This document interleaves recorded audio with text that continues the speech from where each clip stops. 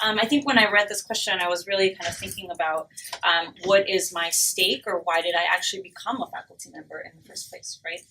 And I know for me as a Chicana historian, as someone who really is attentive to history and sort of what can we learn from history, is that I try to remind students or think about like the reason why you're here is not because all of a sudden institutions open the doors because all of a sudden they wanted Latinos, whether it's destiny or not, but there's an accountability embedded in that, right?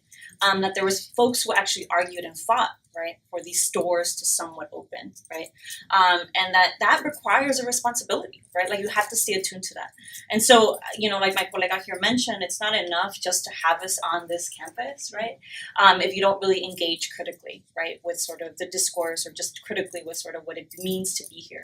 And that's why I think, and it goes into one of your questions you asked later, in terms of how my personal lived experience frames being part of sort of CSULB. And I see myself as these students, right? Because I'm the student that probably is not supposed to be in higher education based on my background. I grew up in South Central where, you know, most kids are not college bound. Have, you know, first generation students. So for me, it's not just about like, oh, it's Latino students that inhabit the space. It's the particular type of Latino students that is part of Cal State Long Beach that I really do sort of take to heart.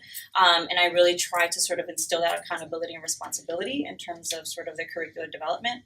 And I, you know, as much as this generation thinks they're woke and know everything, the reality is, y'all, we're still learning, right? And that there is something to be gained, right, in terms of sort of our consciousness raising and our sort of understanding of higher education. So for me, it's about my own accountability and my own sense of sort of what my role is here at the university, and sort of also kind of place that on students in terms of like we all kind of carry the burden and responsibility moving forward.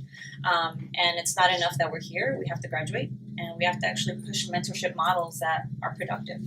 And I think that that's why for me mentorship is key in terms of how like I exercise being a faculty member, not just to my Chicano Latino students, just, you know, generally. I teach